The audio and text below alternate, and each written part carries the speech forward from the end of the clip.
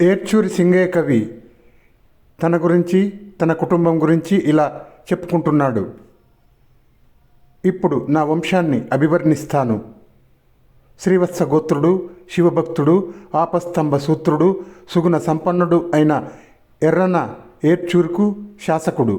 ఆ ఎర్రన్న కుమారుడు వీరన్న. ఆ పుణ్యమూర్తి నందనుడు నాదయ అమాత్యుడు. ఆయన భార్య పోలమ్మ.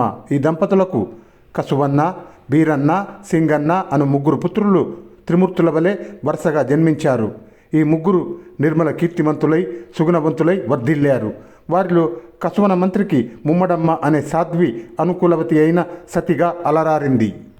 ఆ ముమ్మడమ్మ ఆడదు, భర్త మాటకు ఎదురాడదు, వచ్చిన వారి వీడగాను ఆడదు, పెక్కు భాషలు ఎడనాడదు, వాకిలి వెళ్ళి కళ్ళ మాటాడదు, మిన్నక ఏని సుగుణావలికి ఇందిరగాక సాటి ఏ చేడియలేదు, చూరి కులశేఖరుకు అన్వయ ముమ్మడమ్మకున్. ఆ ముమ్మడమ్మ భర్త మాటకు ఎదురాడదు, ఇంటికి వచ్చిన వారిని వెళ్ళిపోవున్నట్లు తెగనాడదు, అవసరమైన దానికంటే అధికంగా మాటలాడదు, ఇల్లు విడిచి తిరుగాడదు, హాస్యానికైనా అబద్ధము ఆడదు. ఏరుచూరి కులశేఖరుడైన కసువన్న భార్య అయిన ఆ ముమ్మడమ్మకు ఆ సుగుణాల దేవికి లక్ష్మీదేవియే సాటి. ఆమె కాక మరి ఏ బోటి కూడా ఆమెకు సాటి కానే కాదు. ఆ కసువన్న మంత్రికి పుణ్యశీల అయిన ముమ్మడమ్మకు మేము ఇరువురం కుమారులము కలిగాం. మేము చీకాకు లేని మనస్సు కలిగిన వాళ్ళం, సద్గుణ సంపన్నులం, సాధు వర్తనులం. మేము మన్మధుని సౌందర్యాన్ని మించిన సౌందర్యంతో మంగళకరమైన శరీరాలు కలిగిన వాళ్ళం. మా మనస్సులు తుమ్మెదలలాగా శ్రీ మహావిష్ణువు పాద కమలాలను ఆశ్రయించినాయి. నా పేరు సింగయ్య, నా తమ్ముని పేరు తెలగయ్య.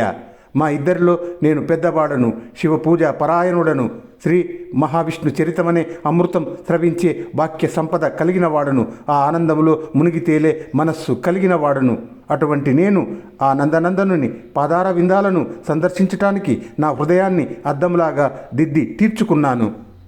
అటువంటి నేను నా ఈ భాగవతమనే షష్ఠ స్కందాన్ని శ్రీపతికి, మత్పతికి, నుత గోపతికిన్, త్రిలోకపతికిన్, గురుజన బుధ సంతాప నివారణమతికిన్, ప్రాపిత సనకాదితతికిన్, బహుతర ధృతికిన్.